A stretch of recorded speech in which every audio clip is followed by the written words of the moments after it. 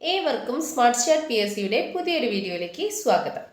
ഇന്ന് നമ്മൾ പഠിക്കാൻ പോകുന്നത് +1 NCERT ഇന്ത്യൻ ജോഗ്രഫി യൂണിറ്റ് 3 കാലാവസ്ഥ എന്ന 4ാമത്തെ അധ്യായമാണ്. യൂണിറ്റ് 1 ഇന്ത്യ സ്ഥാനം എന്ന അധ്യായം ചാനലിൽ അപ്ലോഡ് ചെയ്തിട്ടുണ്ട്. അതുപോലെ യൂണിറ്റ് 2 വരുന്നത് ഇന്ത്യയുടെ ഘടനയും ഭൂപ്രകൃതിയുമാണ്. അതുപോലെ നീരൊഴുക്ക് വ്യൂഹം. ഈ 2 ചാപ്റ്റർ നമ്മൾ പഠിച്ചു കഴിഞ്ഞതാണ്. ഇന്ന് നമ്മൾ പഠിക്കാൻ പോകുന്നത് യൂണിറ്റ് 3 കാലാവസ്ഥ എന്ന പാഠഭാഗമാണ്. യൂണിറ്റ് 3 കാലാവസ്ഥ, നൈസർഗിക സസ്യജാലങ്ങൾ, മണ്ണ് എന്നിങ്ങനെ 3 ടോപ്പിക്ക് പഠിക്കാനുണ്ട്. കാലാവസ്ഥ എന്ന ഈ അധ്യായത്തിൽ നമ്മൾ പഠിക്കാൻ പോകുന്നത് ദിനാന്തരീക്ഷ സ്ഥിതിയും കാലാവസ്ഥയും, അന്തരീക്ഷ താപനില, മർദ്ദം, കാറ്റ്, മഴ എന്നിവയിലെ സ്ഥാനീയതയും കാലികവുമായ വിതരണം, ഇന്ത്യൻ മൺസൂണിന്റെ പ്രവർത്തന രീതി, ആരംഭത്തിലും ലഭ്യതയിലുമുള്ള സ്ഥാനീയവും കാലികവുമായ വ്യത്യാസം, കാലാവസ്ഥാ വിഭാഗങ്ങൾ, ഇതൊക്കെയാണ് നമ്മൾ ഇന്നത്തെ ചാപ്റ്ററിൽ പഠിക്കാൻ പോകുന്നത്. ഋതുഭേദങ്ങൾക്കനുസരിച്ചാണ് കാലാവസ്ഥയിൽ മാറ്റങ്ങൾ സംഭവിക്കുന്നത്. കാലാവസ്ഥാ മാറ്റങ്ങൾക്ക് കാരണം അന്തരീക്ഷ ഘടകങ്ങളിലുണ്ടാകുന്ന വ്യത്യാസമാണ്. പ്രധാന അന്തരീക്ഷ ഘടകങ്ങളാണ് താപനില, മർദ്ദം, കാറ്റിന്റെ വേഗത, കാറ്റിന്റെ ദിശ, ആർദ്രത, വർഷപാതം. ഇവിടെ നമ്മൾ ആദ്യം പഠിക്കാൻ പോകുന്നത് വെതർ അല്ലെങ്കിൽ ദിനാന്തരീക്ഷ സ്ഥിതിയും ക്ലൈമറ്റ് കാലാവസ്ഥയും തമ്മിലുള്ള വ്യത്യാസമാണ് ആദ്യം പഠിക്കുന്നത്. ദിനാന്തരീക്ഷ സ്ഥിതി ഒരു കുറഞ്ഞ സമയത്തേക്കുള്ള അന്തരീക്ഷ അവസ്ഥയെ സൂചിപ്പിക്കുന്നു. അതേസമയം ദീർഘകാലത്തെ ദിനാന്തരീക്ഷ സ്ഥിതിയുടെ ശരാശരിയാണ് കാലാവസ്ഥ. ദിനാന്തരീക്ഷ സ്ഥിതിയിൽ വളരെ പെട്ടെന്ന് മാറ്റം സംഭവിക്കാം, ഒരു ദിവസത്തിനുള്ളിലോ അല്ലെങ്കിൽ ഒരാഴ്ചയ്ക്കുള്ളിലോ. എന്നാൽ കാലാവസ്ഥാ മാറ്റം ദീർഘകാലം കൊണ്ട് സംഭവിക്കുന്നതാണ്. പലപ്പോഴും 50-ൽ അധികം വർഷങ്ങൾ കൊണ്ട് മാത്രമേ ഇത് വ്യക്തമായി തിരിച്ചറിയാൻ കഴിയുകയുള്ളൂ. അപ്പോൾ എന്താണ് ദിനാന്തരീക്ഷ സ്ഥിതി അല്ലെങ്കിൽ വെതർ എന്ന് പറഞ്ഞാൽ? ഒരു കുറഞ്ഞ സമയത്തേക്കുള്ള അല്ലെങ്കിൽ ഒരു നിശ്ചിത സമയത്തെ അന്തരീക്ഷ അവസ്ഥയെ സൂചിപ്പിക്കുന്നതാണ് ദിനാന്തരീക്ഷ സ്ഥിതി. എന്നാൽ കാലാവസ്ഥ എന്ന് പറയുന്നത് ദീർഘകാലത്തെ ദിനാന്തരീക്ഷ സ്ഥിതിയുടെ ശരാശരിയാണ്. ദീർഘകാലത്തെ ദിനാന്തരീക്ഷ സ്ഥിതിയുടെ ശരാശരിയാണ് കാലാവസ്ഥ. ദിനാന്തരീക്ഷ സ്ഥിതിയിൽ മാറ്റങ്ങൾ സംഭവിക്കുക എന്ന് പറയുന്നത് വളരെ പെട്ടെന്നാണ്. അത് ചിലപ്പോൾ ഒരു ദിവസത്തിനുള്ളിലോ അല്ലെങ്കിൽ ഒരാഴ്ചയ്ക്കുള്ളിലോ ഒക്കെ ആയിരിക്കും മാറ്റങ്ങൾ സംഭവിക്കാം. എന്നാൽ കാലാവസ്ഥയിൽ മാറ്റം സംഭവിക്കുക എന്ന് പറയുന്നത് ഒരു ദീർഘകാലം കൊണ്ടുണ്ടാകുന്ന പ്രോസസ്സാണ്. പലപ്പോഴും 50-ലധികം വർഷങ്ങൾ കൊണ്ട് മാത്രമേ ഈ ഒരു മാറ്റം നമുക്ക് തിരിച്ചറിയാൻ കഴിയുള്ളൂ. ഇതാണ് ദിനാന്തരീക്ഷ സ്ഥിതിയും കാലാവസ്ഥയും തമ്മിലുള്ള വ്യത്യാസം. അപ്പം ബാക്കി ഭാഗം നോക്കാം. മൗസം എന്ന അറബി പദത്തിൽ നിന്നാണ് മൺസൂൺ എന്ന വാക്ക് രൂപപ്പെട്ടത്.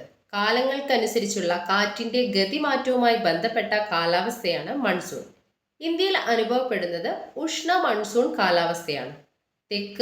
തെക്കുകിഴക്കൻ ഏഷ്യയിലും ഇത്തരത്തിലുള്ള മൺസൂൺ കാലാവസ്ഥയാണ് അനുഭവപ്പെടുന്നത്. എന്തൊക്കെ കാര്യങ്ങളാണ് ഇവിടെ പറഞ്ഞത്? മൗസം എന്ന അറബി പദത്തിൽ നിന്ന് രൂപപ്പെട്ട വാക്കാണ് മൺസൂൺ. മൗസം എന്ന അറബി പദത്തിൽ നിന്ന് രൂപപ്പെട്ട വാക്കാണ് മൺസൂൺ. മൗസം എന്ന പദത്തിന്റെ അർത്ഥം എന്ന് പറയുന്നത് ഋതുക്കൾ എന്നാണ്. കാലങ്ങൾക്കനുസരിച്ചുള്ള കാറ്റിന്റെ ഗതിമാറ്റവുമായി ബന്ധപ്പെട്ട കാലാവസ്ഥയാണ് മൺസൂൺ. ഇന്ത്യയിൽ അനുഭവപ്പെടുന്ന മൺസൂൺ അറിയപ്പെടുന്നത് ഉഷ്ണ മൺസൂൺ കാലാവസ്ഥ എന്നാണ്.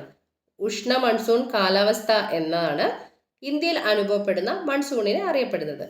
ഇന്ത്യയെ കൂടാതെ ഉഷ്ണ മൺസൂൺ കാലാവസ്ഥ അനുഭവപ്പെടുന്നത് എവിടേക്കാണ്? തെക്ക് കിഴക്കൻ ഏഷ്യൻ പ്രദേശങ്ങളിലാണ് ഇന്ത്യയെ കൂടാതെ ഉഷ്ണ മൺസൂൺ കാലാവസ്ഥ അനുഭവപ്പെടുന്നത്. അടുത്തായിട്ട് നമ്മൾ പഠിക്കാൻ പോകുന്നത് മൺസൂൺ കാലാവസ്ഥയിലെ ഏകത്വവും വൈവിധ്യത്തെ പറ്റിയിട്ടാണ്. മൺസൂൺ കാലാവസ്ഥാ ക്രമം ഇന്ത്യയിലും മറ്റ് തെക്കുകിഴക്കൻ ഏഷ്യൻ പ്രദേശങ്ങളിലുമായുള്ള ഐക്യം ഉറപ്പിക്കുന്നു. എന്നാൽ മൺസൂൺ കാലാവസ്ഥ ഏകത്വം എന്ന ഈ വിശാലമായ കാഴ്ചപ്പാട് നിലനിൽക്കുമ്പോഴും ഇന്ത്യയിൽ തന്നെ പല ഭാഗത്തും മൺസൂണിന്റെ പ്രാദേശിക കാലാവസ്ഥാ വ്യതിയാനങ്ങളെ വിസ്മരിക്കാവുന്നതല്ല. ഉദാഹരണത്തിന് ഇന്ത്യയുടെ തെക്ക് കേരളത്തിലെയും തമിഴ്നാട്ടിലെയും കാലാവസ്ഥ വടക്ക് ഉത്തർപ്രദേശിലെയും ബീഹാറിലെയും കാലാവസ്ഥയിൽ നിന്നും വളരെ വ്യത്യസ്തമാണ്. എന്നിരുന്നാലും ഈ പ്രദേശങ്ങളെല്ലാം മൺസൂൺ കാലാവസ്ഥയിൽ ഉൾപ്പെടുന്നു. ഇന്ത്യയിലെ കാലാവസ്ഥയിൽ ധാരാളം പ്രാദേശിക വ്യത്യാസങ്ങൾ നിലനിൽക്കുന്നു. കാറ്റിന്റെ ക്രമം, താപനില, വർഷണം, ഋതുഭേദങ്ങൾ, ഈർപ്പത്തിന്റെയും വരൾച്ചയുടെയും തോത് എന്നിവയെല്ലാം ഈ വ്യത്യാസങ്ങൾ പ്രകടമാണ്. പ്രാദേശികമായ വൈവിധ്യങ്ങളാണ് മൺസൂൺ കാലാവസ്ഥയുടെ ഉപവിഭാഗങ്ങളായി പരിഗണിക്കപ്പെടുന്നത്. ഇവിടെ എന്തൊക്കെ കാര്യങ്ങളാണ് നമ്മൾ പറഞ്ഞത്? മൺസൂൺ കാലാവസ്ഥാ ക്രമം ഇന്ത്യയും മറ്റ് തെക്ക് കിഴക്കൻ ഏഷ്യൻ പ്രദേശങ്ങളുമായിട്ടുള്ള ഐക്യം ഉറപ്പിക്കുന്നു. അതുപോലെ ഇന്ത്യയിൽ പൊതുവെ അനുഭവപ്പെടുന്നത് മൺസൂൺ കാലാവസ്ഥയാണ്. എങ്കിലും പ്രാദേശികമായിട്ട് വ്യതിയാനങ്ങൾ നിലനിൽക്കുന്നുണ്ട്. പിന്നെ കാറ്റിൻ്റെ ക്രമം, താപനില, വർഷണം, ഋതുഭേദങ്ങൾ, ഈർപ്പത്തിൻ്റെയും വരൾച്ചയുടെയും തോത് എന്നിവയിലെല്ലാം ഈ വ്യത്യാസങ്ങൾ പ്രകടമായി കാണുന്നു. പിന്നെ പറയുന്നത് 55°C വരെയാണ് വേനൽക്കാലത്ത് പടിഞ്ഞാറൻ രാജസ്ഥാനിൽ താപനില ഉയരുന്നത്. -45°C വരെയാണ് ശൈത്യകാലത്ത് കാശ്മീരിലെ ലേയിൽ താപനില താഴുന്നത്. അതുപോലെ രാജസ്ഥാനിലെ ചുരുവിൽ ജൂൺ മാസത്തിൽ പകൽ സമയത്ത് അനുഭവപ്പെടുന്ന ഏകദേശ താപനില എന്ന് പറയുന്നത് 50°C ആണ്. അതേ ദിവസം അരുണാചൽ പ്രദേശിലെ തവാങ്ങിൽ രേഖപ്പെടുത്തുന്ന താപനില എത്രയാണ്? 19°C ആണ്. ജമ്മു കാശ്മീരിലെ ദ്രാസിൽ ഡിസംബർ മാസത്തിൽ രാത്രികാലങ്ങളിലെ ഏകദേശ താപനില എന്ന് പറയുന്നത് -45°C വരെയാണ്. അതേ ദിവസം രാത്രികാലത്ത് തിരുവനന്തപുരത്തും ചെന്നൈയിലും അനുഭവപ്പെടുന്ന താപനില 20°Cനും 22°Cനും ഇടയിലായിരിക്കും. ഇന്ത്യയിൽ സ്ഥലങ്ങൾ തോറും അല്ലെങ്കിൽ പ്രദേശങ്ങൾ തോറും താപനിലയിൽ കാലികമായ വ്യത്യാസങ്ങൾ കാണപ്പെടുന്നുണ്ട്. അതിന് ഉദാഹരണങ്ങളാണ് ഇവിടെ പറഞ്ഞത്.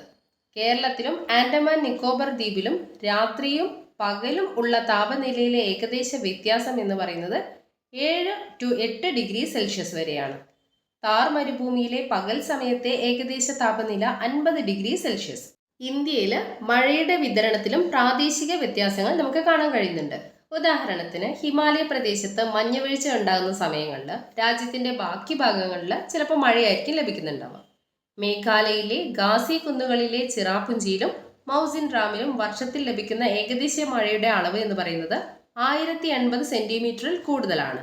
എന്നാൽ രാജസ്ഥാനിലെ ജയ്സാൽമീറിൽ അപൂർവമായിട്ട് മാത്രമേ 9 സെന്റിമീറ്ററിൽ കൂടുതൽ മഴ ലഭിക്കുന്നുള്ളൂ. അതുപോലെ മേഘാലയയിലെ ഗാരോ കുന്നുകളിലെ ടൂറയിൽ ഒരു ദിവസം മാത്രം ലഭിക്കുന്ന മഴ എന്ന് പറയുന്നത് ജയ്സാൽമീറിൽ 10 വർഷം കൊണ്ട് ലഭിക്കുന്ന മഴയ്ക്ക് തുല്യമാണ് എന്നാണ് പറയുന്നത്. പശ്ചിമ ഹിമാലയത്തിലും പടിഞ്ഞാറൻ മരുഭൂമിയിലും വാർഷിക വർഷപാതം 10 സെന്റിമീറ്ററിൽ കുറവാണ്. അതുപോലെ മേഘാലയയിൽ വാർഷിക വർഷപാതം 400 സെന്റിമീറ്ററിൽ കൂടുതലാണ്. ഗംഗാ ഡെൽറ്റയിലും ഒഡീഷ തീരസമതലത്തിലും ശക്തമായ മഴക്കാറ്റുകൾ ലഭിക്കുന്നത് ജൂലൈ ഓഗസ്റ്റ് മാസങ്ങളിലാണ്. ഗംഗാ ഡെൽറ്റയ്ക്കും ഒഡീഷ തീരസമതലത്തിനും ഏകദേശം 1000 കിലോമീറ്റർ തെക്ക് മാറിയുള്ള കോറമണ്ടൽ തീരത്തെ കാലാവസ്ഥ എങ്ങനെയുള്ളതാണ്? വരണ്ട കാലാവസ്ഥയാണ്. നമുക്കറിയാം, രാജ്യത്തിൻ്റെ മിക്ക ഭാഗങ്ങളിലും ജൂൺ മുതൽ സെപ്റ്റംബർ വരെയുള്ള മാസങ്ങളിലാണ് മഴ നന്നായിട്ട് ലഭിക്കുന്നത്. എന്നാൽ തമിഴ്നാടിൻ്റെ തീരപ്രദേശങ്ങളിൽ ശീതകാലം ആരംഭിക്കുന്നതോടുകൂടിയാണ് മഴ ലഭിക്കുന്നത്. പ്രാദേശികമായ കാലാവസ്ഥാ വ്യതിയാനങ്ങൾ ഉണ്ടെങ്കിൽ പോലും ഇന്ത്യയിലെ കാലാവസ്ഥ പൊതുവെ അറിയപ്പെടുന്നത് എങ്ങനെയാണ്? മൺസൂൺ കാലാവസ്ഥ എന്നാണ് ഇന്ത്യയിലെ കാലാവസ്ഥ അറിയപ്പെടുന്നത്. ഇനി നമുക്ക് പഠിക്കാനുള്ളത് ഇന്ത്യയുടെ കാലാവസ്ഥയെ സ്വാധീനിക്കുന്ന ഘടകങ്ങളാണ്. ഇന്ത്യയുടെ കാലാവസ്ഥയെ നിരവധി ഘടകങ്ങൾ നിയന്ത്രിക്കുന്നുണ്ട്. അതിൽ ഇന്ത്യൻ കാലാവസ്ഥയെ നിയന്ത്രിക്കുന്ന ഘടകങ്ങളെ പ്രധാനമായിട്ടും 2 വിഭാഗങ്ങളായിട്ടാണ് തിരിച്ചിരിക്കുന്നത്. ഏതൊക്കെയാണ് 2 വിഭാഗങ്ങൾ? സ്ഥാനവും ഭൂപ്രകൃതിയുമായി ബന്ധപ്പെട്ട ഘടകങ്ങൾ ഒന്നാമത്തേത്, രണ്ടാമത്തേത് അന്തരീക്ഷമർദ്ദം, കാറ്റ് എന്നിവയുമായി ബന്ധപ്പെട്ട ഘടകങ്ങൾ. ആദ്യമായിട്ട് നമ്മൾ പഠിക്കാൻ പോകുന്നത് സ്ഥാനവും ഭൂപ്രകൃതിയുമായി ബന്ധപ്പെട്ട ഘടകങ്ങളാണ്. ഇന്ത്യയുടെ സ്ഥാനവും ഭൂപ്രകൃതിയും ഒക്കെ എങ്ങനെയാണ് ഇന്ത്യയുടെ കാലാവസ്ഥയെ നിർണ്ണയിക്കുന്നത് എന്ന് നമുക്ക് നോക്കാം. ഇന്ത്യയുടെ അക്ഷാംശീയ സ്ഥാനം ഉത്തര അക്ഷാംശം 8°4 മുതൽ 37°6 വരെയാണ്. ഇന്ത്യയുടെ മധ്യഭാഗത്ത് കൂടി കിഴക്ക് പടിഞ്ഞാറായി കടന്നു പോകുന്ന രേഖയാണ് ഉത്തരായന രേഖ. ഇന്ത്യയുടെ മധ്യഭാഗത്ത് കൂടി കിഴക്ക് പടിഞ്ഞാറായിട്ട് കടന്നു പോകുന്ന രേഖ ഏതാണ്? ഉത്തരായന രേഖയാണ്. ഈ ഉത്തരായന രേഖയാണ് ഇന്ത്യയെ 2 ഭാഗങ്ങളായി തിരിക്കുന്നത്. ഉത്തരായന രേഖയ്ക്ക് വടക്ക് ഭാഗം സ്ഥിതി ചെയ്യുന്നത് ഉപോഷ്ണ മേഖലയിലും മിതോഷ്ണ മേഖലയിലുമാണ്. എന്നാൽ ഉത്തരായന രേഖയ്ക്ക് തെക്ക് ഭാഗം സ്ഥിതി ചെയ്യുന്നത് എവിടെയാണ്? ഉഷ്ണമേഖലയിലാണ് തെക്ക് ഭാഗം സ്ഥിതി ചെയ്യുന്നത്. ഉഷ്ണമേഖലയിൽ വർഷം മുഴുവൻ ഉയർന്ന താപനിലയും കുറഞ്ഞ ദൈനിക താപാന്തരവും ആണ് അനുഭവപ്പെടുന്നത്. ഉഷ്ണമേഖലയിൽ വർഷം മുഴുവൻ ഉയർന്ന താപനിലയും കുറഞ്ഞ ദൈനിക താപാന്തരവും അനുഭവപ്പെടാൻ കാരണം എന്താണ്? ഉഷ്ണമേഖലാ പ്രദേശം ഭൂമധ്യരേഖയ്ക്ക് അടുത്തായിട്ടാണ് സ്ഥിതി ചെയ്യുന്നത്. അതിനാലാണ് ഉഷ്ണമേഖലയിൽ വർഷം മുഴുവൻ ഉയർന്ന താപനിലയും കുറഞ്ഞ ദൈനിക താപാന്തരവും അനുഭവപ്പെടാൻ കാരണം. എന്നാൽ ഉത്തരായന രേഖയ്ക്ക് വടക്ക് ഭാഗത്തുള്ള പ്രദേശങ്ങളിൽ ദൈനികവും വാർഷികവുമായ ഉയർന്ന താപവ്യതിയാനത്തോട് കൂടിയിട്ടുള്ള തീവ്രമായ കാലാവസ്ഥയാണ് അനുഭവപ്പെടുന്നത്. അതിന് കാരണം ഇവ ഭൂമധ്യരേഖയിൽ നിന്നും വളരെ അകലെയാണ് സ്ഥിതി ചെയ്യുന്നത്. ഇത്രയും കാര്യങ്ങൾ ഓർത്തു വെക്കാം. നമ്മളിപ്പോൾ പഠിച്ചുകൊണ്ടിരിക്കുന്നത് ഇന്ത്യയുടെ കാലാവസ്ഥയെ നിർണ്ണയിക്കുന്ന ഘടകങ്ങളെ പറ്റിയിട്ടാണ്. ഇന്ത്യൻ കാലാവസ്ഥയെ നിയന്ത്രിക്കുന്ന ഘടകങ്ങളെ പ്രധാനമായിട്ടും രണ്ടായി തരംതിരിച്ചിരിക്കുന്നു എന്ന് പഠിച്ചു. അതിൽ ഒന്നാമത്തെ ഘടകം സ്ഥാനവും ഭൂപ്രകൃതിയുമായി ബന്ധപ്പെട്ട ഘടകങ്ങൾ, രണ്ടാമത്തേത് അന്തരീക്ഷമർദ്ദം, കാറ്റ് എന്നിവയുമായി ബന്ധപ്പെട്ട ഘടകങ്ങൾ. ഇതിൽ ഒന്നാമത്തെ ഘടകമായ സ്ഥാനവും ഭൂപ്രകൃതിയുമായി ബന്ധപ്പെട്ട ഘടകങ്ങളാണ് ഇപ്പോൾ പഠിച്ചുകൊണ്ടിരിക്കുന്നത്. അതിൽ ആദ്യം പഠിച്ചത് അക്ഷാംശം പഠിച്ചു. രണ്ടാമത്തെ ഘടകം ഏതാണ്? ഹിമാലയ പർവ്വതമാണ്. ഇന്ത്യയുടെ സ്ഥാനവും ഭൂപ്രകൃതിയുമായി ബന്ധപ്പെട്ട ഘടകങ്ങൾ ഏതൊക്കെയാണ്? ഒന്ന് അക്ഷാംശം, ഹിമാലയ പർവ്വതം, കരയുടെയും സമുദ്രത്തിൻ്റെയും വിന്യാസം അല്ലെങ്കിൽ വിതരണം, കടലിൽ നിന്നുള്ള അകലം, ഉയരം, ഭൂപ്രകൃതി എന്നിവയാണ് സ്ഥാനവും ഭൂപ്രകൃതിയുമായി ബന്ധപ്പെട്ട് ഇന്ത്യൻ കാലാവസ്ഥയെ നിയന്ത്രിക്കുന്ന ഘടകങ്ങൾ. ഇന്ത്യയുടെ സ്ഥാനവും ഭൂപ്രകൃതിയുമായി ബന്ധപ്പെട്ട ഘടകങ്ങളിൽ രണ്ടാമത്തെ ഘടകമായ ഹിമാലയ പർവ്വതത്തെയാണ് പഠിക്കാൻ പോകുന്നത്. ഇന്ത്യയുടെ വടക്കൻ അതിർത്തിയായി ഉയർന്നു നിൽക്കുന്ന പർവ്വതനിരയാണ് ഹിമാലയ പർവ്വതം. ഇന്ത്യയുടെ വടക്കൻ അതിർത്തിയായിട്ട് ഉയർന്നു നിൽക്കുന്ന പർവ്വതനിര ഏതാണ്? ഹിമാലയ പർവ്വതമാണ്. ഹിമാലയ പർവ്വതം തുടർ മലനിരകൾ ചേർന്നുള്ള ഫലപ്രദമായ കാലാവസ്ഥാ വിഭജനമായി നിലകൊള്ളുന്നു. വടക്കൻ ശീതക്കാറ്റുകളെ പ്രതിരോധിച്ച് വടക്ക് നിന്ന് വരുന്ന ശീതക്കാറ്റുകളെ പ്രതിരോധിച്ച് ഇന്ത്യൻ ഉപഭൂഖണ്ഡത്തിന് ഒരു രക്ഷാകവചം തീർക്കുന്ന പർവ്വതം ഏതാണ്? ഹിമാലയ പർവ്വതമാണ്. ആർട്ടിക് വൃത്തത്തിനടുത്ത് നിന്ന് ഉത്ഭവിച്ച് മധ്യേഷ്യയിലേക്കും പൂർവേഷ്യയിലേക്കും ഇത്തരം ശീതക്കാറ്റുകൾ വീശുന്നുണ്ട്. ഇന്ത്യൻ ഉപഭൂഖണ്ഡത്തിൽ മൺസൂൺ മഴ ലഭിക്കുന്നതിന് പ്രധാന കാരണം എന്താണ്? ഹിമാലയ പർവ്വതം മൺസൂൺ കാറ്റുകളെ തടഞ്ഞു നിർത്തുന്നതിനാലാണ് ഇന്ത്യൻ ഉപഭൂഖണ്ഡത്തിൽ മൺസൂൺ മഴ ധാരാളമായിട്ട് ലഭിക്കുന്നത്. അടുത്ത ഘടകമാണ് കരയുടെയും സമുദ്രത്തിൻ്റെയും വിതരണം. ഇന്ത്യൻ ഉപഭൂഖണ്ഡത്തിന്റെ 3 ഭാഗങ്ങളും ചുറ്റപ്പെട്ട് സ്ഥിതി ചെയ്യുന്ന സമുദ്രം ഏതാണ്? ഇന്ത്യൻ മഹാസമുദ്രമാണ്. ഇന്ത്യൻ ഉപഭൂഖണ്ഡത്തിന്റെ 3 ഭാഗവും ഇന്ത്യൻ മഹാസമുദ്രത്താൽ ചുറ്റപ്പെട്ടിരിക്കുകയാണ്. ഇന്ത്യൻ ഉപഭൂഖണ്ഡത്തിന്റെ വടക്ക് ഭാഗത്ത് സ്ഥിതി ചെയ്യുന്നത് ഹിമാലയ പർവ്വതമാണ്. ഇന്ത്യൻ ഉപഭൂഖണ്ഡത്തിനും സമീപ പ്രദേശങ്ങളിലും വിവിധ കാലങ്ങളിൽ വ്യത്യസ്തമായിട്ടുള്ള മർദ്ദകേന്ദ്രങ്ങൾ സൃഷ്ടിക്കപ്പെടുന്നതിന് കാരണം എന്താണ്? കടലിനെ അപേക്ഷിച്ച് കര വേഗത്തിൽ ചൂടുപിടിക്കും, അതുപോലെ തന്നെ വേഗത്തിൽ തണുക്കുകയും ചെയ്യും. കൂടാതെ ഇന്ത്യൻ ഉപഭൂഖണ്ഡത്തിലും സമീപ പ്രദേശങ്ങളിലും വ്യത്യസ്തമായ മർദ്ദകേന്ദ്രങ്ങൾ രൂപപ്പെടാൻ കാരണമാകുകയും ചെയ്യുന്നു. ഇത്തരം മർദ്ദകേന്ദ്രങ്ങളുടെ വ്യതിയാനം മൺസൂൺ കാറ്റുകളുടെ ദിശാമാറ്റത്തിനും കാരണമാകുന്നു. അടുത്ത ഘടകമാണ് കടലിൽ നിന്നുള്ള അകലം. ഇന്ത്യയിലെ തീരപ്രദേശങ്ങളിൽ മിതമായിട്ടുള്ള കാലാവസ്ഥ അനുഭവപ്പെടാൻ കാരണം എന്താണ്? കടലിന്റെ സാമീപ്യമാണ്. എന്നാൽ കടലിൽ നിന്ന് അകലെ സ്ഥിതി ചെയ്യുന്ന ഉൾപ്രദേശങ്ങളിൽ തീവ്രമായ കാലാവസ്ഥയാണ് അനുഭവപ്പെടുന്നത്. അപ്പം ഇന്ത്യയുടെ തീരപ്രദേശങ്ങളിലെ മിതമായ കാലാവസ്ഥയാണ് അനുഭവപ്പെടുന്നത്. അതിന് കാരണം സമുദ്രത്തിന്റെ സാമീപ്യമാണ്. ഈ സവിശേഷത കാരണം കൊങ്കൺ തീരത്തും മുംബൈയിലുമുള്ള ജനങ്ങൾക്ക് താപനിലയിലെ അസഹനീയതയും ഋതുഭേദങ്ങളുടെ താളക്രമവും കൃത്യമായി അറിയാൻ സാധിക്കുന്നില്ല. കടൽ തീരത്ത് നിന്നും വളരെ അകലെ സ്ഥിതി ചെയ്യുന്ന ഡൽഹി, കാൺപൂർ, അമൃത്സർ എന്നിവിടങ്ങളിൽ തീവ്രമായ കാലാവസ്ഥയാണ് അനുഭവപ്പെടുന്നത്. അടുത്ത ഘടകമാണ് ഉയരം. ഉയരം കൂടുന്തോറും താപനില എന്താ ചെയ്യുക? ഉയരം കൂടുന്നതിനനുസരിച്ച് താപനില കുറയുന്നു. ഉയരമേറിയ പർവ്വത പ്രദേശങ്ങൾ സമതലങ്ങളെക്കാൾ തണുപ്പുള്ളവയാണ്. ഉദാഹരണം, ആഗ്രയും ഡാർജിലിംഗും ഒരേ അക്ഷാംശ പ്രദേശത്താണ് സ്ഥിതി ചെയ്യുന്നത്. ജനുവരിയിൽ ആഗ്രയിൽ താപനില 10 ഡിഗ്രി സെൽഷ്യസും ഡാർജിലിംഗിൽ 4 ഡിഗ്രി സെൽഷ്യസുമാണ്. അപ്പം ഇതിൽ നിന്ന് നമ്മൾ എന്താ മനസ്സിലാക്കുന്നത്? ഉയരം കൂടുന്തോറും താപനില കുറയുന്നു. അടുത്ത ഘടകമാണ് ഭൂപ്രകൃതി. ഇന്ത്യയുടെ സവിശേഷമായ ഭൂപ്രകൃതി അതിൻ്റെ താപവിതരണം, അന്തരീക്ഷമർദ്ദം, കാറ്റിന്റെ ദിശ, കാറ്റിന്റെ വേഗത, മഴയുടെ അളവും വിതരണവും തുടങ്ങിയവയെ സ്വാധീനിക്കുന്നുണ്ട്. പശ്ചിമഘട്ട മലനിരകളുടെയും അസമിൻ്റെയൊക്കെ കാറ്റിന് അഭിമുഖമായിട്ട് വരുന്ന ഭാഗങ്ങളിൽ ജൂൺ മുതൽ സെപ്റ്റംബർ വരെ നന്നായിട്ട് മഴ ലഭിക്കുന്നുണ്ട്. എന്നാൽ മറുചെരുവിലെ പീഠഭൂമി ഉൾപ്പെടുന്ന പ്രദേശങ്ങളിൽ വരണ്ട കാലാവസ്ഥയാണ് ഈ ജൂൺ മുതൽ സെപ്റ്റംബർ വരെ. അതിനുള്ള കാരണം എന്താണ്? ഇവ പശ്ചിമഘട്ടത്തിന്റെ മഴനിഴൽ പ്രദേശമായതിനാലാണ് മറുചെരുവിലെ പീഠഭൂമി ഉൾപ്പെടുന്ന പ്രദേശങ്ങളിൽ വരണ്ട കാലാവസ്ഥ അനുഭവപ്പെടാൻ കാരണം. ഇന്ത്യയുടെ കാലാവസ്ഥയെ സ്വാധീനിക്കുന്ന ഘടകങ്ങളെ മുഖ്യമായിട്ടും 2 വിഭാഗങ്ങളായി തിരിച്ചിട്ടുണ്ട് എന്ന് നമ്മൾ പഠിച്ചു. അതിൽ സ്ഥാനവും ഭൂപ്രകൃതിയുമായി ബന്ധപ്പെട്ട ഘടകങ്ങളാണ് അക്ഷാംശം, ഹിമാലയ പർവ്വതം, കരയുടെയും കടലിൻ്റെയും വിതരണം, കടലിൽ നിന്നുള്ള അകലം, ഉയരം, ഭൂപ്രകൃതി എന്നിവ. ഇത്രയും കാര്യങ്ങളാണ് നമ്മളിപ്പോൾ പഠിച്ചു കഴിഞ്ഞത്. ഇനി നമ്മൾ പഠിക്കാൻ പോകുന്നത് രണ്ടാമത്തെ വിഭാഗമായ അന്തരീക്ഷമർദ്ദം, കാറ്റ് എന്നിവയുമായി ബന്ധപ്പെട്ട ഘടകങ്ങൾ. അന്തരീക്ഷമർദ്ദം, കാറ്റ് എന്നിവ ഇന്ത്യൻ കാലാവസ്ഥയെ എങ്ങനെയൊക്കെയാണ് സ്വാധീനിക്കുക എന്ന കാര്യമാണ് ഇനി പഠിക്കാൻ പോകുന്നത്. ഇന്ത്യയിലെ പ്രാദേശിക കാലാവസ്ഥയെ സ്വാധീനിക്കുന്ന ഘടകങ്ങളുടെ എണ്ണം 3 ഘടകങ്ങളാണ്. ഏതൊക്കെയാണ് ആ 3 ഘടകങ്ങൾ? ഭൗമോപരിതലത്തിലെ അന്തരീക്ഷ മർദ്ദത്തിൻ്റെയും കാറ്റുകളുടെയും വിതരണം. രണ്ടാമത്തേത് ആഗോള കാലാവസ്ഥയെ നിയന്ത്രിക്കുന്ന ഘടകങ്ങൾ കാരണം രൂപപ്പെടുന്ന ഉന്നത തല ചംക്രമണവും വിവിധ വായു സഞ്ചയങ്ങളുടെയും ജെറ്റ് പ്രവാഹങ്ങളുടെയും കടന്നുവരവ്. മൂന്നാമത്തേത് ശൈത്യകാലങ്ങളിൽ രൂപപ്പെടുന്ന പശ്ചിമ അസ്വസ്ഥത എന്നറിയപ്പെടുന്ന പശ്ചിമ ചക്രവാതങ്ങളുടെയും തെക്കു പടിഞ്ഞാറൻ മൺസൂൺ കാലത്തുള്ള ഉഷ്ണമേഖലാ ന്യൂനമർദ്ദങ്ങളുടെ ഇന്ത്യയിലേക്കുള്ള വരവ് ഇന്ത്യയിൽ മഴ ലഭിക്കുന്നതിന് അനുകൂലമായ കാലാവസ്ഥ സൃഷ്ടിക്കുന്നു. ശൈത്യകാലത്തെ കാലാവസ്ഥ, ഉപരിതല മർദ്ദവും കാറ്റുകളാണ് ഇനി നമ്മൾ പഠിക്കുന്നത്. ശീതകാല മാസങ്ങളിൽ ഇന്ത്യയിലെ കാലാവസ്ഥ മധ്യേഷ്യയിലെയും പശ്ചിമേഷ്യയിലും അന്തരീക്ഷമർദ്ദ സ്ഥിതിയുടെ സ്വാധീനത്താലാണ്. അപ്പോൾ ശൈത്യകാലത്ത് ഹിമാലയ പർവ്വതങ്ങൾക്ക് വടക്ക് മാറിയിട്ട് ഒരു ഉച്ചമർദ്ദ കേന്ദ്രം രൂപപ്പെടുന്നു. ഈ ഉച്ചമർദ്ദ കേന്ദ്രം പർവ്വതനിരക്ക് തെക്ക് ഇന്ത്യൻ ഉപഭൂഖണ്ഡത്തിലേക്ക് വടക്ക് നിന്നും താഴ്ന്ന തലങ്ങളിൽ വായുപ്രവാഹം സൃഷ്ടിച്ചുകൊണ്ടിരിക്കും. മധ്യേഷ്യയിലെ ഉച്ചമർദ്ദ കേന്ദ്രങ്ങളിലെ ഉപരിതല വായു വരണ്ട ശീതക്കാറ്റായി മാറി ഇന്ത്യൻ ഉപഭൂഖണ്ഡത്തിലേക്ക് വീശാൻ തുടങ്ങും. ഈ വൻകരക്കാറ്റുകൾ വടക്കു പടിഞ്ഞാറൻ ഇന്ത്യയിൽ വീശുന്ന വാണിജ്യവാതങ്ങളുമായിട്ട് സമ്പർക്കത്തിലാവുന്നു. ഈ സമ്പർക്ക മേഖല എല്ലായ്പ്പോഴും സ്ഥിരമായിരിക്കില്ല. അപൂർവമായിട്ട് ഇത് കിഴക്ക് ദിശയിലേക്ക് മാറും. ഇവ മധ്യഗംഗാതടം വരെ എത്തുകയും ഇതിന്റെ ഫലമായി മുഴുവൻ ഉത്തരേന്ത്യയും വടക്കു പടിഞ്ഞാറൻ ഇന്ത്യയും വരണ്ട വടക്കു പടിഞ്ഞാറൻ ശീതക്കാറ്റിന്റെ സ്വാധീനത്തിലാവുകയും ചെയ്യുന്നു.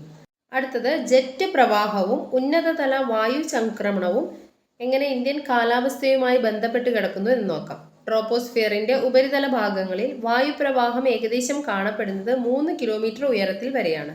ട്രോപ്പോസ്ഫിയറിന്റെ ഉപരിതല വായുപ്രവാഹം വളരെ വ്യത്യസ്തതയുള്ളതിനാൽ അന്തരീക്ഷത്തിന്റെ ഉയർന്ന തലത്തിലെ വായുപ്രവാഹത്തിൽ ഉപരിതല അന്തരീക്ഷ മർദ്ദത്തിന് പ്രാധാന്യമില്ല. പശ്ചിമേഷ്യയും മധ്യേഷ്യൻ പ്രദേശങ്ങളും ഈ കാലയളവിൽ 9 മുതൽ 13 കിലോമീറ്റർ ഉയരത്തിൽ പടിഞ്ഞാറ് നിന്നും കിഴക്കോട്ട് സഞ്ചരിക്കുന്ന പശ്ചിമ കാറ്റുകളുടെ സ്വാധീനത്തിലായിരിക്കും. ഹിമാലയ പർവ്വതങ്ങൾക്ക് വടക്ക് അക്ഷാംശങ്ങളിൽ ടിബറ്റൻ പീഠഭൂമിക്ക് സമാന്തരമായി വീശുന്ന ഈ കാറ്റുകൾ അറിയപ്പെടുന്നത് ജെറ്റ് പ്രവാഹങ്ങൾ എന്നാണ്. ജെറ്റ് പ്രവാഹങ്ങളുടെ സഞ്ചാരപഥത്തിൽ മാർഗതടസ്സമായി നിലകൊണ്ട് അവയെ 2 ശാഖകളായി വിഭജിക്കുന്നത് ടിബറ്റൻ ഉന്നത തടം അല്ലെങ്കിൽ ടിബറ്റൻ പീഠഭൂമിയാണ്. ടിബറ്റൻ ഉന്നത തടമാണ് ജെറ്റ് പ്രവാഹങ്ങളുടെ സഞ്ചാരപഥത്തിൽ മാർഗതടസ്സമായി നിലകൊണ്ട് അവയെ 2 ശാഖകളായിട്ട് വിഭജിക്കുന്നത്. ജെറ്റ് പ്രവാഹങ്ങളുടെ ഒരു ശാഖ നേരെ ടിബറ്റൻ ഉന്നത തടത്തിന് വടക്ക് ഭാഗത്തു കൂടിയും തെക്കൻ ശാഖ ഹിമാലയത്തിന്റെ തെക്ക് ഭാഗങ്ങളിൽ നിന്ന് കിഴക്ക് ദിശയിലേക്കും സഞ്ചരിക്കും. ഇന്ത്യയിലെ ശൈത്യകാല കാലാവസ്ഥയെ നിർണ്ണയിക്കുന്നതിൽ സുപ്രധാന സ്വാധീനം ചെലുത്തുന്നത് ജെറ്റ് പ്രവാഹങ്ങളുടെ തെക്കൻ ശാഖയാണ്. പശ്ചിമ അസ്വസ്ഥതകളും ഉഷ്ണമേഖലാ ചക്രവാതങ്ങളും എങ്ങനെയാണ് ഇന്ത്യൻ കാലാവസ്ഥയെ സ്വാധീനിക്കുന്നത് എന്ന് നോക്കാം. ശൈത്യകാല മാസങ്ങളിൽ മെഡിറ്ററേനിയൻ കടലിൽ രൂപപ്പെടുന്ന ചക്രവാതങ്ങളാണ് ഉഷ്ണമേഖലാ ചക്രവാതങ്ങൾ. ഈ ചക്രവാതങ്ങൾ പശ്ചിമ ജെറ്റ് പ്രവാഹങ്ങളുടെ സ്വാധീനത്താൽ പടിഞ്ഞാറ് ദിശയിൽ നിന്നും വടക്ക് പടിഞ്ഞാറ് ദിശയിൽ നിന്നും എത്തിച്ചേരുന്നത് എവിടേക്കാണ്? ഇന്ത്യൻ ഉപഭൂഖണ്ഡത്തിലേക്കാണ്. ഉഷ്ണമേഖലാ ചക്രവാതങ്ങൾ രൂപം കൊള്ളുന്നത് ബംഗാൾ ഉൾക്കടലിലും ഇന്ത്യൻ മഹാസമുദ്രത്തിലുമാണ്.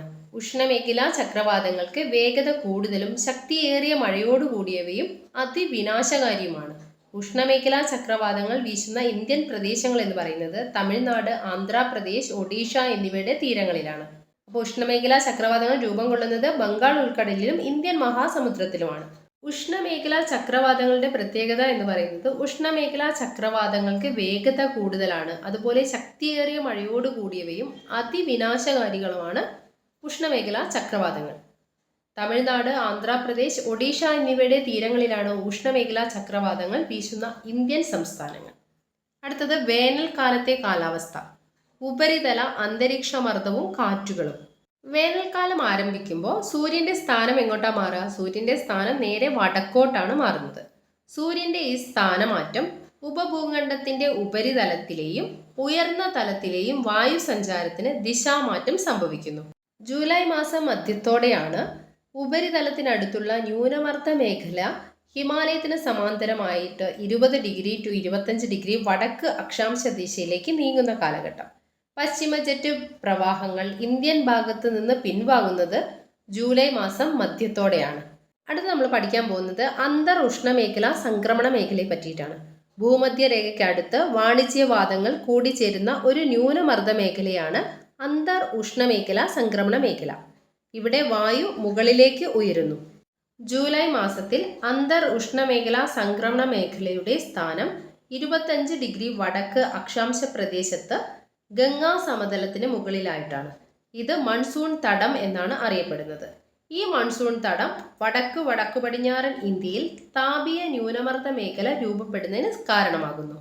അന്തർ ഉഷ്ണമേഖലാ സംക്രമണ മേഖലയുടെ സ്ഥാനമാറ്റത്തോടെ ദക്ഷിണാർദ്ധഗോളത്തിലെ വാണിജ്യവാദങ്ങൾ കോറിയോലിസ് ബലം മൂലം 40 ഡിഗ്രി ടു 60 ഡിഗ്രി പൂർവ്വ രേഖാംശങ്ങൾക്കിടയിൽ ഭൂമധ്യരേഖ മറികടന്ന് തെക്കു പടിഞ്ഞാറ് നിന്നും വടക്കു കിഴക്ക് ദിശയിലേക്ക് വീശുന്നു. ഇതാണ് തെക്കു പടിഞ്ഞാറൻ മൺസൂൺ കാറ്റുകളാകുന്നത്. എന്നാൽ ശൈത്യകാലത്ത് അന്തർ ഉഷ്ണമേഖലാ സംക്രമണ മേഖല തെക്ക് ഭാഗത്തേക്ക് മാറുകയും തൽഫലമായി കാറ്റിന്റെ ദിശ വിപരീതമായി വടക്കു കിഴക്ക് നിന്ന് തെക്ക് പടിഞ്ഞാറ് ഭാഗത്തേക്ക് മാറുന്നു. ഇവയാണ് വടക്കു കിഴക്കൻ മൺസൂൺ. വായുമർദ്ദവും കാറ്റുകളും രൂപപ്പെടുന്ന ഒരേ ഒരു അന്തരീക്ഷ മേഖല ഏതാണ്? ട്രോപ്പോസ്ഫിയർ ആണ്. വായുമർദ്ദവും കാറ്റുകളും രൂപപ്പെടുന്ന ഒരേ ഒരു അന്തരീക്ഷ മേഖലയാണ് ട്രോപ്പോസ്ഫിയർ. ഉപദ്വീപിന്റെ തെക്കുഭാഗത്തു കൂടെ സഞ്ചരിക്കുന്ന കിഴക്കൻ ജെറ്റ് പ്രവാഹത്തിന് ജൂൺ മാസങ്ങളിലുള്ള ഏകദേശ വേഗത എന്ന് പറയുന്നത് മണിക്കൂറിൽ 90 മീറ്ററാണ്. ഇത്തരം ജെറ്റ് പ്രവാഹങ്ങൾ ഓഗസ്റ്റ് മാസത്തിൽ 15 ഡിഗ്രി വടക്കും സെപ്റ്റംബർ മാസത്തിൽ 22 ഡിഗ്രി വടക്കും അക്ഷാംശത്തിന് മുകളിലായിട്ട് സഞ്ചരിക്കാൻ തുടങ്ങും. സാധാരണയായി കിഴക്കൻ കാറ്റുകൾ അന്തരീക്ഷത്തിന്റെ മുകൾ ഭാഗത്ത് 30 ഡിഗ്രി വടക്ക് അക്ഷാംശത്തിനപ്പുറം വ്യാപിച്ചു പോകാറില്ല. ഉഷ്ണമേഖലാ ന്യൂനമർദ്ദങ്ങളെ ഇന്ത്യയിലേക്ക് കൊണ്ടുവരുന്നത് ആരാണ്? കിഴക്കൻ ജെറ്റ് പ്രവാഹങ്ങളാണ്. കിഴക്കൻ ജെറ്റ് പ്രവാഹങ്ങളാണ് ഉഷ്ണമേഖലാ ന്യൂനമർദ്ദങ്ങളെ ഇന്ത്യയിലേക്ക് കൊണ്ടുവരുന്നത്. ഇന്ത്യൻ ഉപഭൂഖണ്ഡത്തിൽ മൺസൂൺ മഴയുടെ വിതരണത്തിൽ നിർണായക പങ്ക് വഹിക്കുന്നത് ഈ ഉഷ്ണമേഖലാ ന്യൂനമർദ്ദങ്ങളാണ്. ഇവയുടെ സഞ്ചാരപഥത്തിലാണ് ഇന്ത്യയിൽ ഏറ്റവും കൂടുതൽ മഴ ലഭിക്കുന്ന പ്രദേശങ്ങൾ സ്ഥിതി ചെയ്യുന്നത്. ഉഷ്ണമേഖലാ ന്യൂനമർദ്ദങ്ങളുടെ ആവർത്തനം, വരവ്, ഗതി, തീവ്രത എന്നിവയാണ് തെക്കു പടിഞ്ഞാറൻ മൺസൂൺ മഴയുടെ വിതരണം നിർണ്ണയിക്കുന്നതിൽ പ്രധാന പങ്ക് വഹിക്കുന്നത്. തെക്കു പടിഞ്ഞാറൻ മൺസൂൺ മഴയുടെ വിതരണം നിർണ്ണയിക്കുന്നതിൽ പ്രധാന പങ്ക് വഹിക്കുന്നത് ആരൊക്കെയാണ്? ഉഷ്ണമേഖലാ ന്യൂനമർദ്ദങ്ങളുടെ ആവർത്തനം, വരവ്, ഗതി, തീവ്രത എന്നിവയാണ്. ഇനി നമുക്ക് പഠിക്കാനുള്ളത് ഈ ചാപ്റ്ററിലെ ഏറ്റവും പ്രധാനപ്പെട്ട ഭാഗമാണ് ഇന്ത്യൻ മൺസൂണിൻ്റെ സ്വഭാവം. അത് ഇന്നത്തെ ക്ലാസ്സിൽ ഉൾപ്പെടുത്തിയിട്ടില്ല. അത് നാളത്തെ ക്ലാസ്സിൽ നമുക്ക് പഠിക്കാം. അപ്പോൾ ഇതിന് മുന്നേ ഉള്ള 3 ചാപ്റ്റേഴ്സും ഞാൻ ചാനലിൽ അപ്ലോഡ് ചെയ്തിട്ടുണ്ട്. അത് കാണാത്തവർ അതൊന്ന് കണ്ടു നോക്കാം. ഈ അപ്ലോഡ് ചെയ്യുന്ന വീഡിയോസ് നിങ്ങൾക്ക് ഉപകാരപ്പെടുന്നുണ്ടെങ്കിൽ വീഡിയോ ലൈക്ക് ചെയ്യാനും കൂട്ടുകാർക്ക് ഷെയർ ചെയ്ത് കൊടുക്കാനും മറക്കരുത്. അതുപോലെ ചാനൽ ആദ്യമായിട്ട് കാണുന്നവരാണെങ്കിൽ ചാനൽ ഒന്ന് സബ്സ്ക്രൈബ് ചെയ്ത് സപ്പോർട്ട് ചെയ്യാം. അപ്പോൾ നമുക്ക് ഇതിൻ്റെ ബാക്കി ഭാഗമായിട്ട് അടുത്ത ക്ലാസ്സിൽ കാണാം. Thank you for watching.